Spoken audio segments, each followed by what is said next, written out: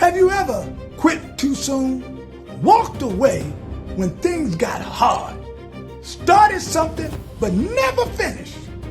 Ever wish someone would give you another chance, just one more? If so, keep listening. If not, keep living, because all of us need another chance at something. And today's second half saint is living proof that failure doesn't have to be your final chapter. Hey family, my name is Tony Lewis, and it's my plum-pleasing pleasure as usual to share with you today a few minutes for us. The U is for underdogs and the S is for strugglers in the Bible. If these moments are encouraging you, please like, subscribe, share, and comment below. Thank God for another chance, because today's message reminds us that God is better at restoring people than we are at rejecting them. Today's second half saint is John Mark. John Mark. Failure isn't final. Failure isn't final. One failure doesn't make you a forever failure. Quitting once doesn't mean God has quit on you. Let me tell you his story. It's found in several places in Acts chapters 12, 13, and 15, and in 2 Timothy chapter 4. John Mark started well, y'all. He traveled with Paul and Barnabas, heavy hitters, on a missionary journey. But somewhere along the way, he became difficult. It got difficult. The pressure increased. The opposition grew. And John Mark, he went home. He said, I'm out of here. He quit. Later, when Barnabas wanted to give Mark another opportunity, Paul said, I refuse. He refused. He ain't going with us. The disagreement became so strong that Paul and Barnabas went separate ways. Most people would have thought, Mark blew it. It's over, buddy. It's over. But Barnabas saw potential where others saw failure. Who am I talking to?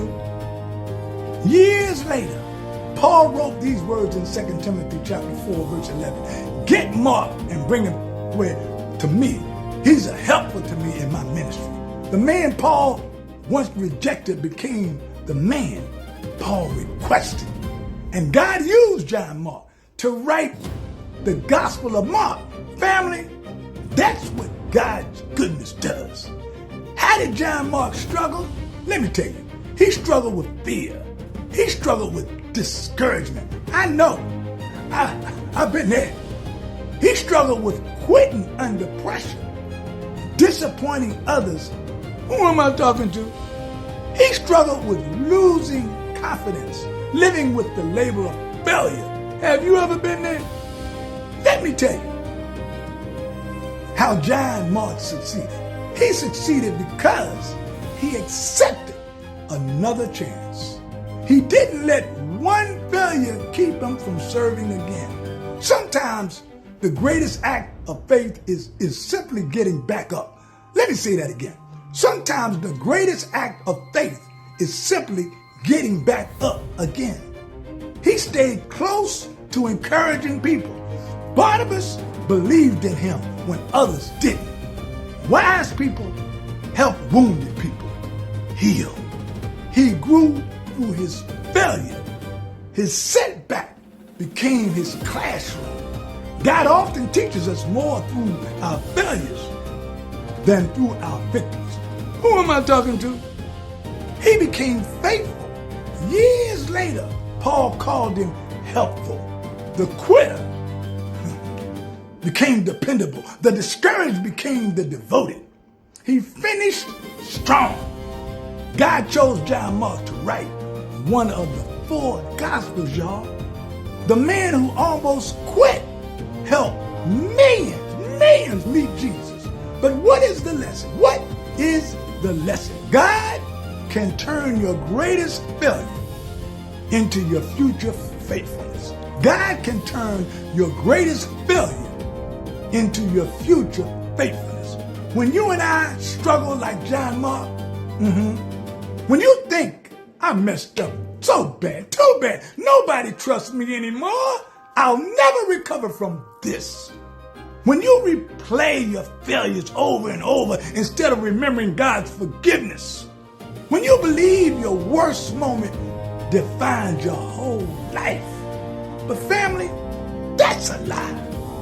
When you and I succeed like John Mark, when we stop letting your past define our future, who am I talking to? When you realize that one failure doesn't cancel God's calling, here's what success looks like. When you get back up after falling, the Bible says in Proverbs chapter 24, verse 16, God honors people who get back up after they've fallen. It says the godly may trip 7 times, but they will get up again. When you have surrounded yourself with encouragers, sometimes God changes our future by putting faithful people around us. When you leave a legacy bigger than your failure, and people remember you for how God restored you more than how you stumbled. When you've chosen courage over quitting, chosen growth over guilt, and faithfulness over fear. Family, failure is an event. It is not your identity. Your failure may explain your past, but it does not have to determine your future. When God forgives, He also restores. When God restores, He also reassigns. Family, maybe you've quit. Maybe you've failed. Maybe you've disappointed people. Maybe you've disappointed yourself. Hear me now. People may remember what we did, but God remembers who we can become. Your greatest ministry may begin after your greatest mistake. Don't stay down. Get back up. God still has work for you to do. Hold on to these 5 truths. Failure is not final. Faithfulness builds trust. Grace gives another chance. Growth comes through struggles. God still has a purpose for you. Family, don't let yesterday's failure steal tomorrow's purpose. If God could restore John Mark, He can restore you. Your setback in the first half of your life can become your setup in the second half when you put your future back in the hands of God. But remember the lesson.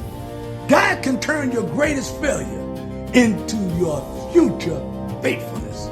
See you next week for the next a few minutes for us. For the 4th episode. And it's not how you start, it's how you finish. In this series, second half, Saints. To God be the glory. I'm out, y'all.